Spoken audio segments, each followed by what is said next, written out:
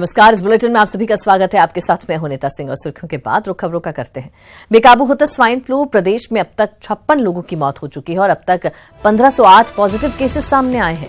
चपेट में अब विधायक आलोक बेनीवाल भी आ चुके हैं। चिकित्सा विभाग का विशेष स्क्रीनिंग अभियान भी जारी है और अब स्क्रीनिंग अभियान 25 जनवरी तक चलेगा। स्क्रीनिंग के साथ ही दवा का भी वितरण किया जाएगा। प्रदेश में बेकाबू होता स्वाइन फ्लू। अब तक 56 लोगों की जान ले चुका है स्वाइन फ्लू और 1508 पॉजिटिव केसेस सामने आए हैं। अब विधायक अशोक बेनीवाल भी इसकी चपेट में आ चुके हैं। चिकित्सा विभाग का विशेष स्क्रीनिंग अभियान जारी है। स्क्रीनिंग अभियान 25 जनवरी तक चलेगा। स्क्रीनिंग के साथ दवा का भी वितरण किया जाएगा।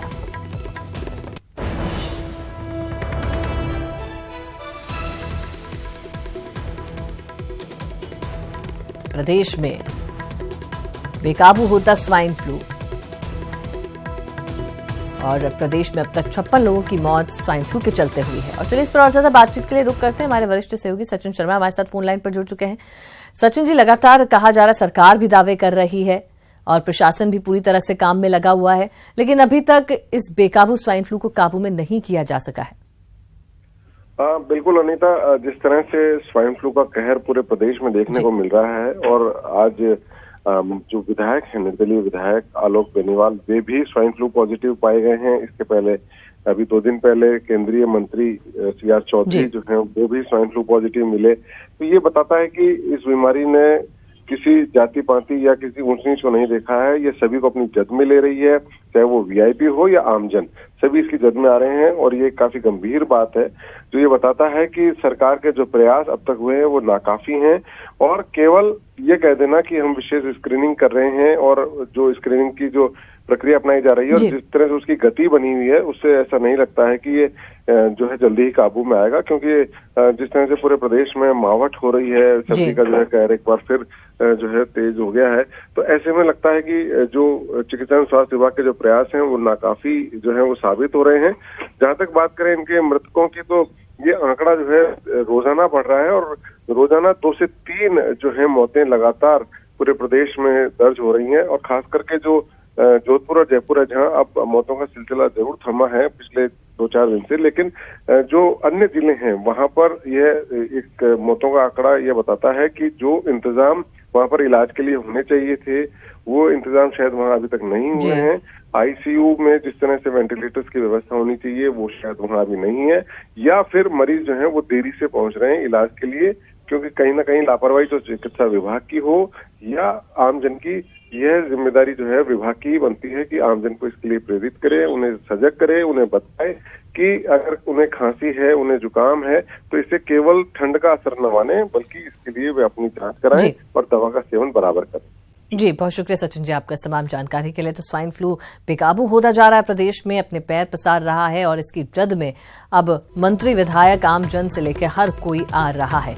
तो किस तरह हालात बेकाबू हो रहे हैं स्वाइन फ्लू को लेकर, और अब तक 56 लोगों की मौत हो चुकी है स्वाइन फ्लू के चलते। प्रदेश में स्वाइन फ्लू से हालात दिनों दिन बिगड़ते जा रहे हैं और इसकी जद में मंत्री और विधायक भी आने लगे हैं। केंद्रीय मंत्री CR चौधरी के स्वाइन फ्लू पॉजिटिव आने के बाद अब निर्दलीय विधायक आलोक बेनीवाल भी इसकी चपेट में है।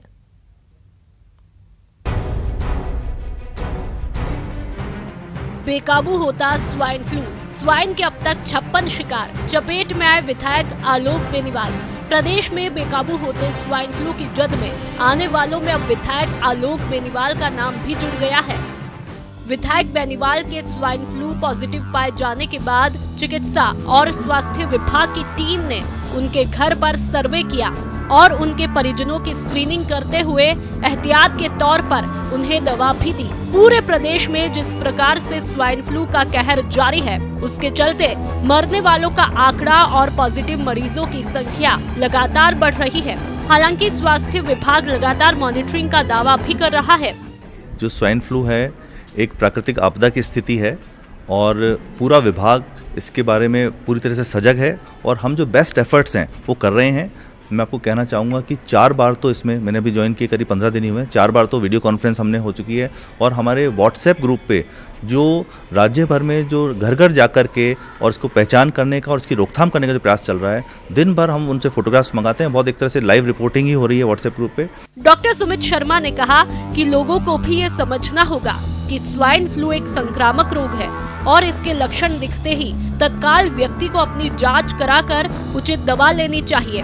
प्रदेश में स्वाइन फ्लू से सिर्फ जनवरी में ही अब तक 56 लोग काल के गाल में समा चुके हैं। रोज 200 से 300 मरीज सामने आ रहे हैं। 94 नए केस सामने आने के बाद पॉजिटिव मामलों की संख्या 1508 तक पहुंच गई है। उधर प्रदेश के चिकित्सा मंत्री रामगढ़ सीट पर होने वाले चुनाव की रैलियों में व्यस्त है। स्वाइन फ्लू की रोकथाम को लेकर सवाल पूछे जाने पर मौसमी बीमारी बताकर पल्ला झाड़ रहे हैं, लेकिन स्वाइन फ्लू बेकाबू हो रहा है और रोज लोगों को अपना शिकार बना रहा है। उस पर स्वास्थ्य मंत्री का गैर जिम्मेदाराना रवैया लोगों का दर्द और बढ़ा रहा है। न्यूज़ 18 के लिए जयपुर से सचिन शर्मा की रिपोर्ट। स्वाइन फ्लू दिनों दिन हर आम और खास को अपनी चपेट में लेता जा रहा है, लेकिन ये पूरे मामले पर माननीयों की बयानबाजी कुछ कम नहीं हो रही। आखिर मौत के इस वायरस पर ब्रेक लगे तो कैसे लगे? सुनिए जरा कुछ जिम्मेदार लोगों की जुबान क्या कह रही है।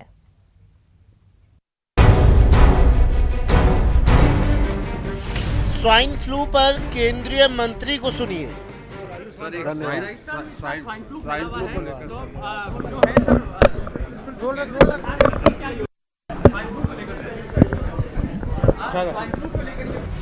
प्रदेश के चिकित्सा मंत्री के बहाने सुनिए। मैंने कहा नहीं मौसमी बीमारी है। स्वाइन फ्लू पर किसी का जोर नहीं। राज्य से केंद्र तक वायरस पर बहानेबाजी। स्वास्थ्य मंत्री जवाब नहीं देते। स्वाइन पर सवाल को दरकिनार कर चलते बनते हैं। एक बार फिर सुनिए, जब मीडिया ने मौत के वायरस पर हेल्थ मिनिस्टर जेपी नड्डा से सवाल पूछा तो क्या हुआ? जी हाँ, सवाल को नजरअंदाज किया और आगे बढ़ गए, मानो फालतू का सवाल हो। स्वाइन पर केंद्रीय मंत्री के संज्ञान को आपने देख लिया और समझ लिया। अब स्वाइन पर सूबे के चिकित्सा मंत्री को भी सुन लीजिए। मैंने कहा नहीं मौसमी बीमारी है और आंकड़े उठा के देख लो, 4-5 महीने जो ये चलते हैं, कभी डेंगू होता है, कभी चिकनगुनिया होता है, कभी ये स्वाइन फ्लू होता है, तो ये मौसमी बीमारी है। सुना आपने, सूबे में स्वाइन फ्लू से मरने वालों का आंकड़ा दिन ब दिन बढ़ता जा रहा है। जनता मौत के वायरस से दहशत में है और मंत्री जी हर बार अपना चिर परिचित राग अलाप रहे हैं। इसे मौसमी बीमारी बता रहे हैं, जिस बीमारी ने लोगों का जीना हराम कर रखा है, जिस बीमारी की जांच के नाम पर निजी अस्पताल वाले भोले भाले लोगों को लूट रहे हैं, उसे प्रदेश के चिकित्सा मंत्री सर्दी खांसी जैसी मौसमी बीमारी बता रहे हैं। स्वाइन फ्लू के लिए राज्य सरकार को कसूरवार ठहरा रहे हैं। मैंने कहा नहीं मौसमी बीमारी है और आंकड़े उठा के देख लो, 4-5 महीने जो ये चलते हैं, कभी डेंगू होता है, कभी चिकनगुनिया होता है, कभी ये स्वाइन फ्लू होता है, तो ये मौसमी बीमारी है। माननीय रघु शर्मा जी, स्वाइन फ्लू से निपटने में वसुंधरा राजे की नाकामी के लिए जनता उन्हें सबक सिखा चुकी है और आपको और आपकी सरकार को मौका दिया है। अब स्वाइन फ्लू के बढ़ते कहर के लिए राज्य सरकार को कसूरवार ठहराने का क्या तुक? पूर्ववर्ती बीजेपी सरकार को कसूरवार ठहराकर आप क्या साबित करना चाहते हैं? सरकार आपकी, राज आपका। स्वाइन फ्लू से हो रही मौतों के लिए आप कब तक दूसरों पर दोष मढ़ते रहोगे? स्वाइन फ्लू पर नकेल डालने में आपको और कितना वक्त चाहिए? आपको और कितनी मौतों का इंतजार है? सर, क्या आपको याद दिलाना पड़ेगा कि सरकार आपकी है, प्रशासन आपका है और आप विपक्ष में नहीं बल्कि ड्राइविंग सीट पर खुद हैं। विपक्ष की भूमिका से बाहर निकलिए मंत्री जी। Bureau report, news 18 Rajasthan. अब बात सीएम गहलोत की खरी की। वो आज मोदी सरकार और बीजेपी पर जमकर बरसे। उन्होंने कहा कि केंद्र में सिर्फ 2 लोग राज कर रहे हैं। उन्होंने बीजेपी के जेल भरो आंदोलन को पाखंड करार दिया। साथ ही सीएम ने एक पद एक व्यक्ति को लेकर कहा कि 2 पदों पर रहना संभव नहीं था। सीएम ने प्रियंका वाड्रा की कांग्रेस में एंट्री को लेकर कहा कि इससे बीजेपी घबरा गई है। मोदी जी और जो अमित शाह जी है, उनकी पार्टी में खाली 2 लोग राज कर रहे हैं। बाकी लोग तो वो खाली एक दिखावट के लिए है। अधिकांश मंत्रियों को जानते ही नहीं है, क्योंकि मोदी जी ने कभी ये ऐसा मौका दिया ही नहीं मंत्रियों को कि उनकी पहचान बने। लोकतंत्र में प्रधानमंत्री या मुख्यमंत्री जो होता है, उसके मंत्री होते हैं, वो कोई माता तो नहीं होते हैं, वो कलीग के रूप में होते हैं, सहयोगी के रूप में होते हैं, साथी के रूप में होते हैं। तो मोदी जी ने, क्योंकि तानाशाही पूर्ण उनका रवैया है, जैसे वसुंधरा जी का था उसी ढंग से, इसलिए उनके लिए तमाम मंत्री जो है उनके ना सहयोगी है। मैंने जो विधानसभा में जो पढ़ के सुनाया क्वेश्चन, उस वक्त में 2002 के अंदर मिस्टर अमर सिंह जी ने जो क्वेश्चन किया, राजस्थान को लेके किया था कि राजस्थान गवर्नमेंट ने जो ये फैसला किया है उस पर भारत सरकार क्या कार्रवाई कर रही है, और मंत्री जी ने जवाब दिया, वो मैंने कल पढ़ के सुनाया आपको। तो आप सोच सकते हो कि हमारा सपना तो 2002 से है। ये क्या तो जेल भरो अभियान करेंगे और क्या सड़कों पे आएंगे, इनमें कोई दम नहीं है। खाली लोकसभा चुनाव आ रहे हैं, इसलिए कुछ एक्टिविटी बताने के लिए ये घोषणाएं करते रहते हैं। ये पार्टी के इंटरेस्ट में फैसले होते हैं। ये कोई हार्ड एंड फास्ट रूल नहीं होता है कि एक पद पे 2 पद एक व्यक्ति के बाद नहीं रह सके, ऐसा कभी होता नहीं है। पार्टी अपनी सुविधा से पार्टी के इंटरेस्ट के अंदर फैसला करती है। मेरा फैसला होना स्वाभाविक था, पहली फैसला हम हो चुका था। ये खाली निर्णय कल घोषित हुआ है निर्णय। पहले फैसला हम लोग कर चुके थे, करना स्वाभाविक था। मैं जब राजस्थान में काम कर रहा हूँ तो कैसे मैं ऐसे में बैठ सकता हूँ? ना आप लोग मुझे अलाउ करते वहाँ बैठने के लिए, ना दिल्ली अलाउ करते कि मैं मतलब यहाँ आके बैठूँ। और राजस्थान जो है किसके वर्जन रहेगा फिर वहाँ पर? प्रियंका जी का लंबे समय से इंतजार था, हमारे कार्यकर्ताओं को भी और देश को भी। राहुल गांधी जी ने सही समय पर सही फैसला लिया, और राजनीति में राइट टाइम पर राइट डिसीजन का महत्व होता है। उसी रूप में उन्होंने सोच समझ के लिया है, देश हित में लिया है, पार्टी के हित में लिया है। और मैं समझता हूँ कि उनके आने से जो मैसेज गया है नौजवानों के अंदर भी, महिलाओं के अंदर भी, उससे बीजेपी वाले घबरा गए हैं। लोकसभा चुनाव से पहले कांग्रेस बूथ मैनेजमेंट पर फोकस कर रही है और इसके लिए विधानसभा चुनाव में अपनाए गए शक्ति ऐप के मॉडल को और मजबूत किया जा रहा है। इसके अलावा जल्द ही घर घर कांग्रेस ऐप लॉन्च किया जाएगा, जिसके जरिए कांग्रेस के समर्थन में माहौल तैयार किया जाएगा। बूथ मैनेजमेंट और डोर टू डोर संपर्क की रणनीति के तहत शक्ति प्रोजेक्ट से जुड़े 1 लाख कार्यकर्ताओं की ट्रेनिंग प्रोग्राम की शुरुआत की गई, जिसके तहत आज पीसीसी में जयपुर ग्रामीण लोकसभा के शक्ति प्रोजेक्ट से जुड़े 300 कार्यकर्ताओं को ट्रेनिंग दी गई। ऐसे ही हर लोकसभा क्षेत्र में ट्रेनिंग कैंप लगाए जाएंगे। शक्ति प्रोजेक्ट के नेशनल कोऑर्डिनेटर और एआईसीसी सचिव शशांक शुक्ला टीम के साथ ट्रेनिंग दे रहे हैं। ये चिन्हित कार्यकर्ता हैं जिन्होंने पहले काम करके अपना दिखाया है कि वो जुझारू कार्यकर्ता हैं। इनको हम कांग्रेस की विचारधारा के बारे में, इतिहास के बारे में, मोदी सरकार की विफलताओं के बारे में हम ट्रेन करेंगे और उनको एक ऐप देंगे, घर घर कांग्रेस ऐप, जिसके माध्यम से ये हर घर में अपने बूथ पे जाके कांग्रेस की विचारधारा को आगे बढ़ाएंगे। आज पहली ट्रेनिंग है और फिर पूरे राजस्थान की हर विधानसभा में हर बूथ पे हम कार्यकर्ताओं को इसकी ट्रेनिंग देंगे। हमारे शक्ति कोऑर्डिनेटर्स हैं, ये उनका प्रशिक्षण शिविर है। और इसके अलावा पूरे राज्य के अंदर में जो हमारे बूथ के वर्कर्स हैं, बूथ कार्यकर्ता, उनका भी एक प्रशिक्षण शिविर इसी के कंटिन्यू शुरू होगा।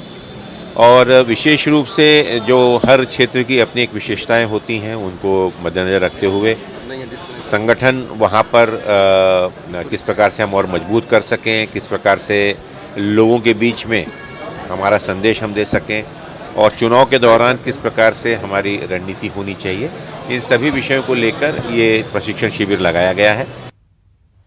सूबे में बीजेपी लोकसभा चुनाव की तैयारियों में जोर शोर से जुट गई है और इसी कड़ी में चुनाव प्रबंधन समिति की आयोजित बैठक में जीत की रणनीति तैयार की गई।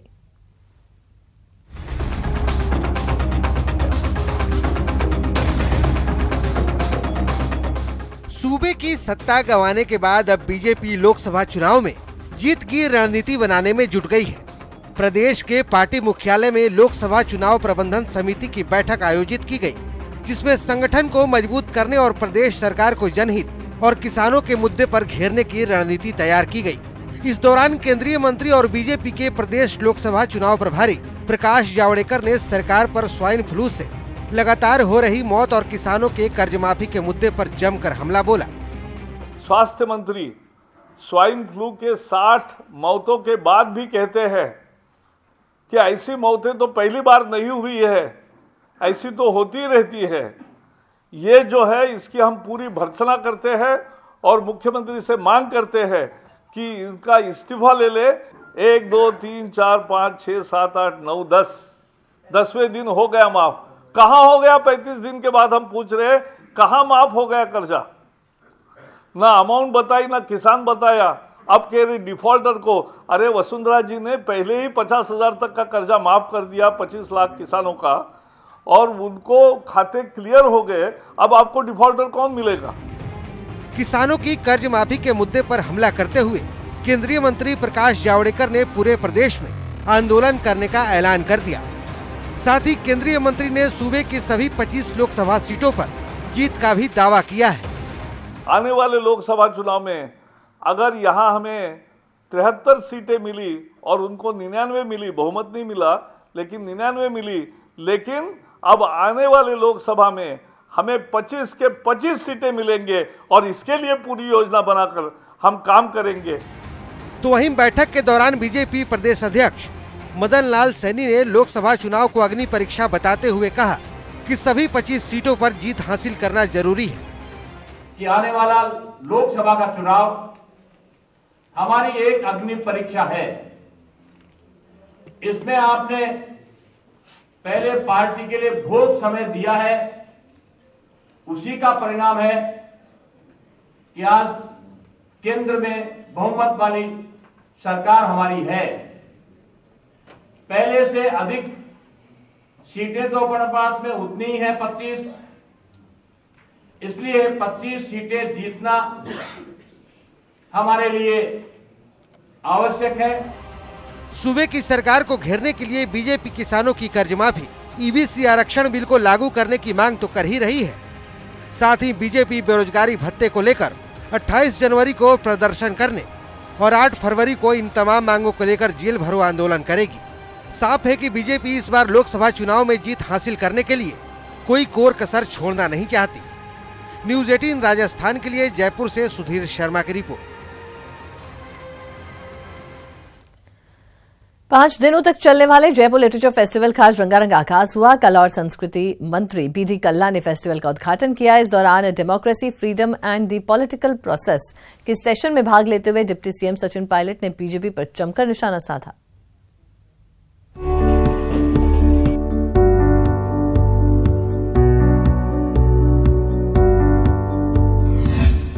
साहित्य के मंच से पायलट प्रहार, बीजेपी पर चुन चुन कर किया वार, पॉलिटिक्स में प्रियंका की एंट्री का किया स्वागत। There was more of propaganda and less of action. Just like Digital India and Stand Up India and Get Up India and Run India and like 15 different slogans. मंच तो साहित्य का सजा था, लेकिन जब सियासत पर बोलने का मौका मिले तो सचिन पायलट कहां चूकने वाले थे। सो साध दिया बीजेपी पर निशाना, चुन चुन कर वार किया और लगे हाथ प्रियंका की पॉलिटिक्स में एंट्री का भी स्वागत किया। If I was asked and I am the president of my party in Rajasthan, who would you like to come and campaign for your party? If I have to choose between Yogi Adityanath and Priyanka Gandhi, I'll say I'll choose Priyanka Gandhi. And it's not about age factor, right? It's what you represent. There is a connect that she has and has had for many years. So if I think that making her general secretary is going to help my party, so be it. if it so upsets the BJP, I understand that, because they'll have a tough time now between Mr. Modi and Mr. Yogi Adityanath in Eastern UP and elsewhere. So if my party chooses somebody who can get more votes, who has got a tremendous connect with young people and women across the country, then there's nothing wrong in that. You can find faults in who I choose, but ultimately it helps me in my politics and my party, so you should respect that decision. And I think this is really going to be a game changer in the next 3 months. Pilot ने BJP के साथ साथ media को भी नहीं बख्शा और कहा कि गौशाला जैसे मुद्दों पर लोगों को उलझाया जाता है, जिसके कारण महंगाई, विकास, शिक्षा और युवाओं की बात हवा हो जाती है। उन्होंने लोकसभा चुनाव जीतने का भी दावा किया। अभी तो 3 राज्य जीते हैं। 2019 के अंदर हम लोग बहुमत से सरकार बनाएंगे। मोदी जी का और एनडीए का, बीजेपी का यहाँ से सफाया होगा। अभी तो आगाज है। 28 जनवरी तक चलने वाले इस फेस्टिवल में साहित्य और संगीत की सरिता के साथ सियासी वार पलटवार भी खूब देखने को मिलेंगे। फर्स्ट डे फर्स्ट सियासी शो की शुरुआत डिप्टी सीएम सचिन पायलट ने कर दी है। न्यूज़ 18 के लिए जयपुर से सचिन कुमार की रिपोर्ट। 26 जनवरी को गणतंत्र दिवस मनाया जाएगा। प्रदेश में गणतंत्र दिवस की तैयारियों को लेकर रिहर्सल की जा रही है और इस रिहर्सल को देखकर गर्व से सीना चौड़ा हो जाएगा। आइए देखते हैं कैसे हो रही है गणतंत्र दिवस की रिहर्सल।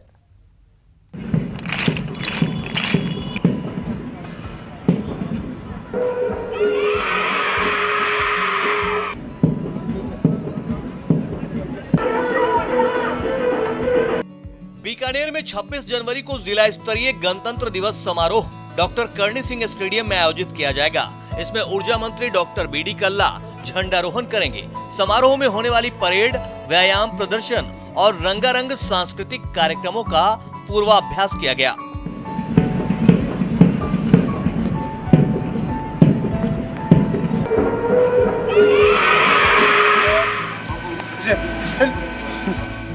चित्तौड़गढ़ के इंदिरा गांधी स्टेडियम में आयोजित होने वाले जिला स्तरीय गणतंत्र दिवस समारोह का अंतिम पूर्वाभ्यास संपन्न हो गया।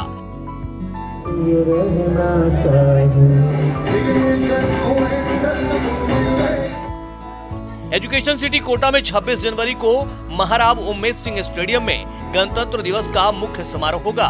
गणतंत्र दिवस के मौके पर महाराष्ट्र की थीम व डीजे की धुन पर गणेश वंदना व गणपति महोत्सव का बेहतरीन नजारा देखने को मिलेगा। महाराव उम्मेद सिंह स्टेडियम में गणतंत्र दिवस मुख्य समारोह का फुल ड्रेस रिहर्सल हुआ।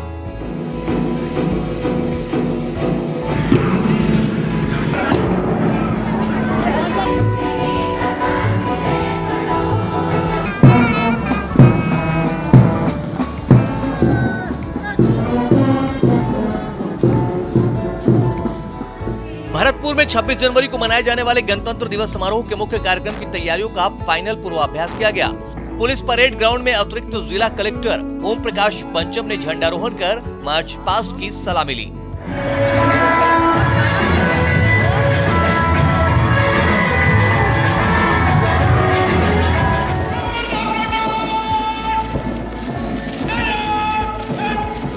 बाड़मेर में गणतंत्र दिवस की जिला स्तरीय समारोह की तैयारियों को आदर्श स्टेडियम में पूरा कर लिया गया। इस वर्ष राजस्व मंत्री हरीश चौधरी गणतंत्र दिवस पर ध्वजारोहण करेंगे। गुरुवार को फुल ड्रेस रिहर्सल किया गया। फुल ड्रेस रिहर्सल में पीटी शो, परेड और सांस्कृतिक कार्यक्रमों का रिहर्सल किया गया।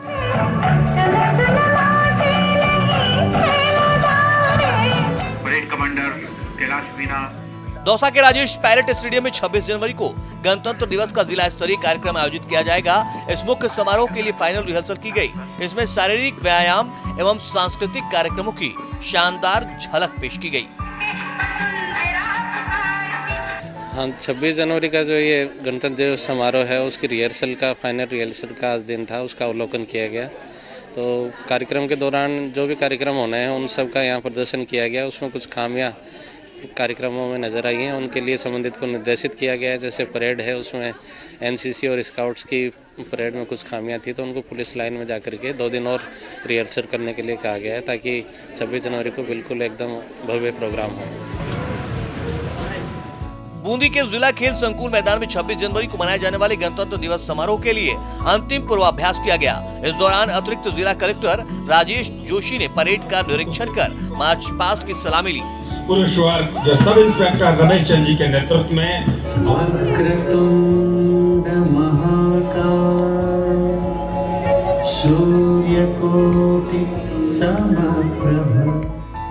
गणतंत्र दिवस समारोह की रिहर्सल में व्यायाम, प्रदर्शन और रंगारंग सांस्कृतिक कार्यक्रमों ने मन मोह लिया। अब लोगों को इंतजार 26 जनवरी का है, जिसमें वो शानदार प्रस्तुति देखेंगे।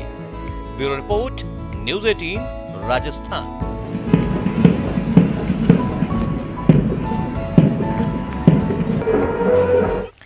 पश्चिमी विक्षोभ के चलते प्रदेश के कई हिस्सों में मौसम के बिगड़े मिजाज नजर आए। आसमान में बादल छाने के साथ सर्द हवाओं के साथ बारिश का दौर भी देखने को मिला।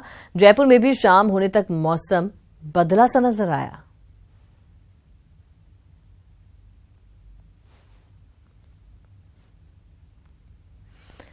और गुलाबी शहर में मौसम के बदले मिजाज का जायजा लिया हमारे संवाददाता सौरभ ग्रस्ती ने। राजधानी जयपुर समेत प्रदेश के कई हिस्सों में आज मौसम के मिजाज बदले हुए हैं। सुबह से बादलों की आवाजाही के बाद कई इलाकों में बारिश का जो दौर है वो देखने को मिल रहा है। राजधानी जयपुर में भी दोपहर में अचानक मौसम ने पलटा खाया है और इस वक्त तेज हवाओं के साथ बारिश का जो दौर है वो देखने को मिल रहा है। और शहर में दिन में ही अंधेरा छाया हुआ है। मौसम विभाग के अनुसार पश्चिमी विक्षोभ के चलते प्रदेश के कई हिस्सों में मौसम में बदलाव आया है और जयपुर समेत उत्तरी राजस्थान के कुछ इलाकों में बारिश का जो दौर है वो भी देखने को मिल रहा है। चाहे बात सीकर की हो, नवलगढ़ की हो, झुंझुनू की हो, इन इलाकों में बारिश का जो दौर है वो देखने को मिल रहा है। और मौसम में अचानक आए इस तब्दीली के कारण लोग जो है वो कुछ प्रभावित होते हुए नज़र आ रहे हैं। इस वक्त राजधानी जयपुर में सर्द हवाओं के चलते लोगों की ठिठुरन जो है वो बढ़ चुकी है और बारिश ने लोगों की मुश्किलों को और बढ़ा दिया है। बात करें किसानों की तो किसानों के लिए ये काफ़ी अच्छा जो है वो बारिश जो है वो अच्छी फसल लेकर आने की उम्मीद जो है वो किसानों की जगी है। माना जाता है कि सर्दियों के दिनों में इस प्रकार की बारिश से फसलों को जो है वो काफ़ी फ़ायदेमंद होती है। इस लिहाज से कई फसलों के लिए ये सोने की बूंदों के रूप में भी इन्हें कहा जाता है। मौसम विभाग का कहना है कि अगले 24 घंटों में पूर्वी राजस्थान के कई इलाकों में मेघ गर्जन के साथ बारिश का जो दौर है वो देखने को मिलेगा। कैमरा पर्सन रमाकांत के साथ सौरभ गृहस्थी, न्यूज़ 18 राजस्थान, जयपुर। बात अगली खबर की। क्या कोई बेटा अपनी मां की हत्या कर सकता है? नहीं। क्या कभी कोई भतीजा अपनी बुआ का हत्यारा बन सकता है? इस पर भी आप कहेंगे कि नहीं।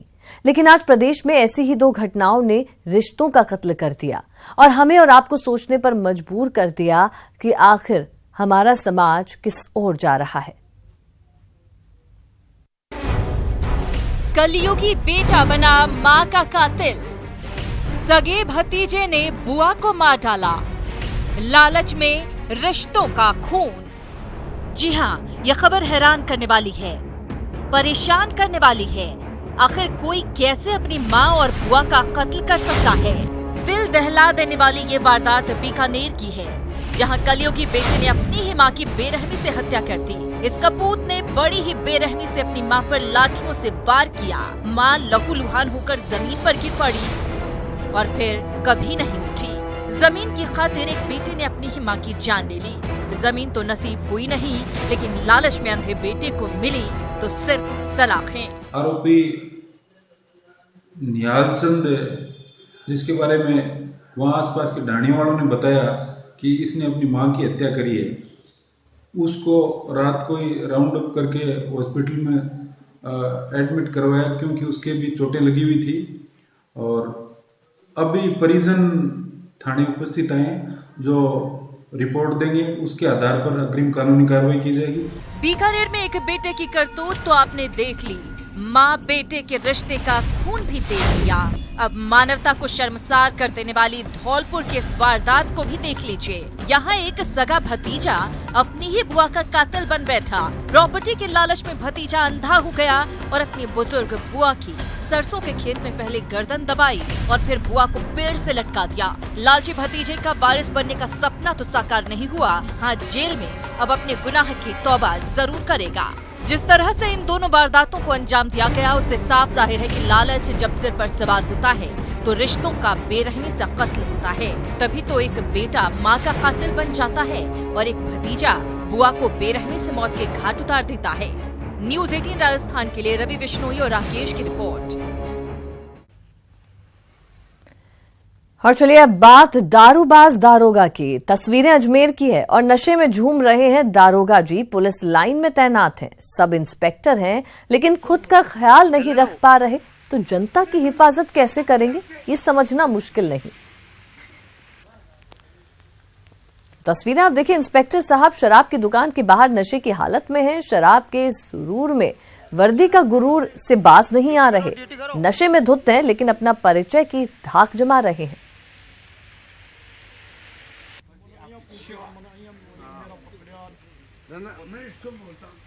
देखिए कैसे लड़खड़ाते कदमों से पत्रकारों पर वर्दी का रौब वो झाड़ रहे हैं। दारूबाज दारोगा का वीडियो वायरल हुआ तो आला अधिकारियों ने कार्रवाई के निर्देश दे दिए हैं। आपको बता दें कि सब इंस्पेक्टर का नाम धन्नालाल मीणा है।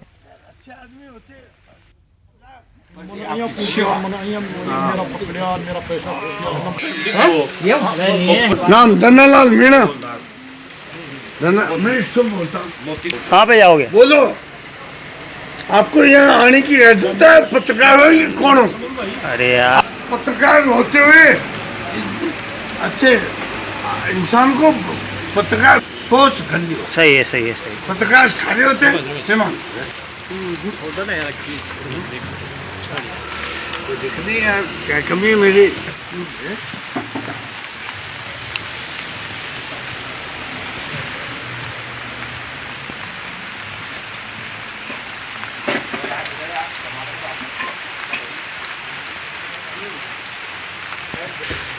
चलने दो, चलने दो। क्या दिक्कत हो रही है आपके?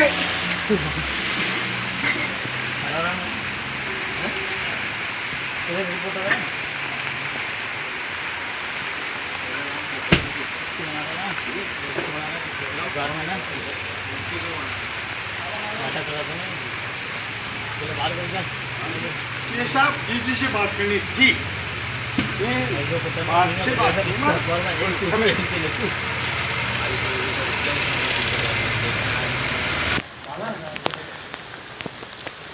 तो बताइए आपको। बोलिए अच्छे आदमी होते। ड्यूटी करो, ड्यूटी करो। और चलिए बात उदयपुर की, जहां पुलिस को बड़ी सफलता मिली है। यहां पुलिस ने ऑनलाइन ठगी के अंतर्राष्ट्रीय गिरोह का पर्दाफाश किया है और 9 ठगों को गिरफ्तार किया है। आरोपी ठग प्रतापनगर इलाके में कॉल सेंटर के जरिए ठगी करते थे। ये सभी अमेरिका के लोगों को लोन दिलाने के नाम पर ठगते थे। बता दें कि ठगी के जरिए इन सभी लोगों ने करीब 15-20 लाख रुपए ऐंठे हैं। पुलिस ने सभी आरोपियों से पूछताछ की है।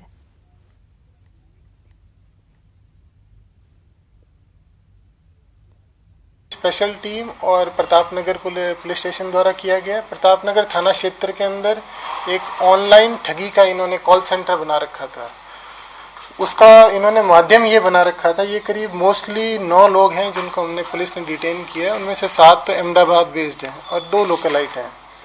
इन लोगों ने कोई एडवांस अमेरिका नाम की एक कंपनी है जिसकी फेक ईमेल आईडी बना रखी है और एक वाइट पेजेस, जैसे अपने इंडिया में येलो पेजेस होते हैं जहाँ लोगों के अपने को डिटेल्स मिलते हैं, उसी तरीके से वाइट पेजेस करके कोई कंपनी है जिससे ये लोग ऑनलाइन डेटा परचेज करते हैं उन लोगों के लिए जिन्होंने लोन के लिए आवेदन किया हो या लोन के लिए एलिजिबल हो या इच्छुक होते हैं। वहाँ से डेटा परचेज करने के बाद में ये फेक एडवांस अमेरिका की साइट से ये लोगों को मेल करते हैं कि भाई हम आप लोगों को लोन प्रोवाइड करेंगे। लोगों से उनकी प्रोसेसिंग चार्ज, पूर्व के चार्ज और बाद में फाइल चार्जेस के नाम से ये अपने डिटेल्स तय करते हैं कि कितना अमाउंट भेजना है। तो ये लोग नहीं बता पा रहे हैं, पर इनके कंप्यूटर्स और सारे हमने सिस्टम्स को अपने कब्जे में लिया है, तो उसके माध्यम से डिटेल्स हम लोग लेंगे। राष्ट्रीय बालिका दिवस आज मनाया गया, जहां बेटियों को बचाने के लिए किए जा रहे प्रयासों की जानकारी दी गई। ये रिपोर्ट देखिए।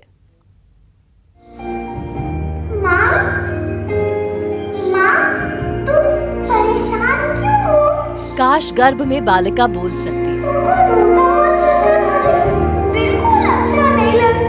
यदि वह बोलती तो शायद अपने शरीर को चीरते औजारों को रोक सकती और कहती, माँ मुझे भी जीना है। लेकिन उस वक्त उसकी आवाज को निर्दयी माँ बाप नहीं सुन पाते और दुनिया में आने से पहले ही रजामंदी से गर्भ में उसकी हत्या करा देते हैं। लेकिन अब इस बेटी को बचाना, उसे दुनिया में लाना है। इसलिए 24 जनवरी को हर साल राष्ट्रीय बालिका दिवस मनाना है। लेकिन बेटी बचाओ बेटी पढ़ाओ अभियान फाइलों में खूब चमकता है। बालिका दिवस के दिन कार्यक्रम भी आयोजित किए जाते हैं, लेकिन बाद में सब भूल जाते हैं। हालांकि प्रदेश में बेटी को लेकर सोच में कुछ सालों में सुधार जरूर हुआ है और जो बेटियों की संख्या है वो बेटों की संख्या की तुलना में काफ़ी कम हो गई है। पर इसमें बहुत महत्वपूर्ण प्रयास किया जा रहे हैं पीसीपीएनडीटी सेल जो एनआरएचएम का उसके द्वारा, और अभी राजस्थान इसमें भारत भर में नंबर 1 है इसमें प्रयासों में, और जो सेक्स रेशियो है राजस्थान का वो भी इम्प्रूव हो गया। हालांकि अभी और मेहनत करने की आवश्यकता। पीसीपीएनडीटी एक्ट के कारण भ्रूण लिंग परीक्षण में काफी कमी आई है।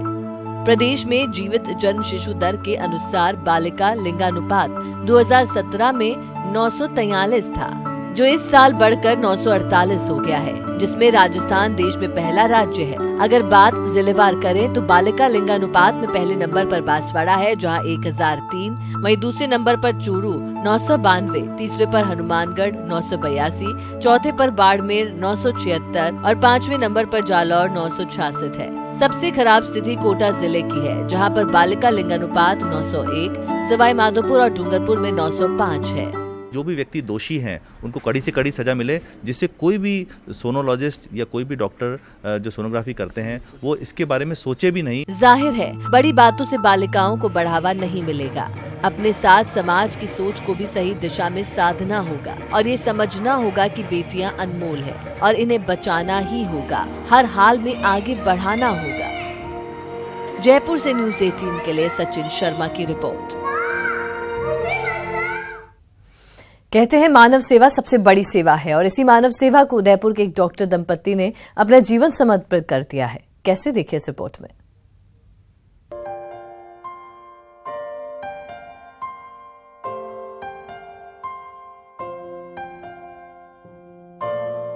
सही कहा है कि डॉक्टर धरती के भगवान होते हैं और इसकी जीती जागती मिसाल है डॉक्टर लक्ष्मण सिंह झाला और उनकी डॉक्टर पत्नी लक्ष्मी झाला। दोनों पिछले 2 दशकों से गरीबों की सेवा कर रहे हैं। आदिवासी इलाकों में जाकर मरीजों का इलाज कर रहे हैं और गरीबों के जीवन में आए अंधकार को दूर कर रहे हैं। नाथद्वार की महात्मा भूरीबाई से सेवा भाव की प्रेरणा मिली और अपना जीवन मानव सेवा को समर्पित कर दिया। ये डॉक्टर दंपत्ति आदिवासी इलाकों में आंखों की बीमारी का इलाज कर रहे हैं। लोगों के जीवन में प्रकाश के लिए मुफ्त इलाज कर रहे हैं।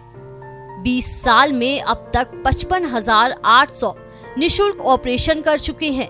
गांव-गांव कैंप लगाकर मरीजों का चयनित करते हैं। इसके बाद मरीजों को अपने अस्पताल में लाते हैं और उनका मुफ्त में इलाज करते हैं।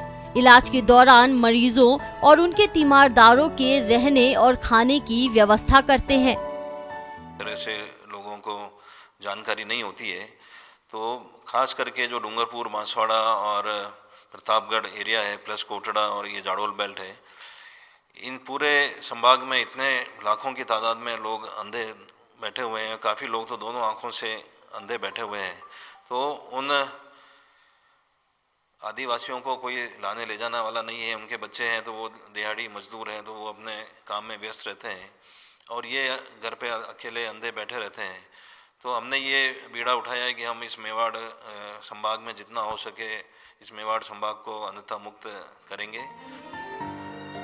डॉक्टर दंपत्ति अलख नयन आई हॉस्पिटल के नाम से आदिवासी इलाकों में मोबाइल कैंप लगाते हैं और आंखों की बीमारी से ग्रस्त मरीजों की पहचान करते हैं और उदयपुर लाकर उनका इलाज भी करते हैं। इतना ही नहीं, वापस मरीजों को उनके गांव तक मुफ्त में छोड़कर भी आते हैं। ये अस्पताल जो अलख नयन मंदिर नाम आप देख रहे हैं, वो नाथद्वारा में एक बहुत ही प्रसिद्ध संत हुई हैं महात्मा भूरीबाई। उनको एक तरह से अलख माँ के नाम से भी जाना जाता था और उन्हीं के पीछे हमने हमारे हॉस्पिटल का नाम ये रखा है। और इसकी स्थापना डॉक्टर हरि सिंह जी चंडावत, जो खुद एक आई स्पेशलिस्ट रहे हैं और बहुत ही जाने माने आई स्पेशलिस्ट रहे हैं पूरे राजस्थान प्रदेश के, उन्होंने इसकी शुरुआत की थी। और उनका मुख्य उद्देश्य ये था कि मैं ज़रूरतमंद लोगों तक पहुँच पाऊँ जहाँ पर कि इस तरह की अच्छी सुविधाएं नहीं पहुँच पाती है, और उन लोगों को यहाँ लेकर ऑपरेशन किए जाएं। अलख नयन आई हॉस्पिटल में आधुनिक मशीनें और मेडिकल इक्विपमेंट मौजूद हैं। हॉस्पिटल में अब तक 95,800 मरीजों का ऑपरेशन हो चुका है, जिसमें 55,800 मरीजों का निशुल्क ऑपरेशन किया गया है। ये मोतियाबिंद का था, तो फिर ये शिविर लगा था गांव में, तो ये गाड़ी में लेके आए, निःशुल्क सब फ्री में बोला, तो मैं चला आया, तो मेरा यहाँ अच्छा काम हो गया। 2 महीने पहले भी मैं यहाँ पे आया था, तो निःशुल्क ऑपरेशन हुआ और इतना बढ़िया ऑपरेशन हुआ जिसकी कोई तुलना नहीं की जा सकती। मेरे पास शब्द नहीं है इसके लिए। और यहाँ पे इतनी बढ़िया व्यवस्था है। मैंने मैंने कोरियर में नौकरी भी की, मिल लाइन में कम से कम 20-25 साल में नौकरी की। मैंने ऐसे राजस्थान में फर्स्ट हॉस्पिटल ऐसा देखा जो मुझे बहुत अच्छा लगा। और यहाँ पे बहुत बढ़िया व्यवस्था है और सब प्रकार से सब जितने भी मरीज आते हैं वो संतुष्ट होकर जाते हैं और निःशुल्क सेवा यहाँ दी जाती है। इस डॉक्टर दंपत्ति की निस्वार्थ भाव, सेवा और लगन से आज हजारों गरीब लोग आंखों की बीमारी से राहत पाकर इस खूबसूरत दुनिया को देख पा रहे हैं और धरती के इन भगवान को दुआएं दे रहे हैं। सेवा की भावना को सच्चे मन से पूरा करने का संकल्प लेने वाला यह दंपत्ति अपनी इस यात्रा को निरंतर जारी रखना चाहता है। हजारों मरीजों को आंखों की रोशनी लौटाने के बाद अब मरीजों के चेहरे पर आने वाली मुस्कुराहट ही जाला दंपत्ति के चेहरे पर खुशी लाती है और शायद इस खुशी को शब्दों में बयां करना संभव नहीं। कैमरा पर्सन जमाल खान के साथ कपिल श्रीमाली, न्यूज़ 18 उदयपुर। और इस बुलेटिन में फिलहाल के लिए इतना ही। दीजिए इजाजत और आप देखते रहिए न्यूज़ 18 राजस्थान।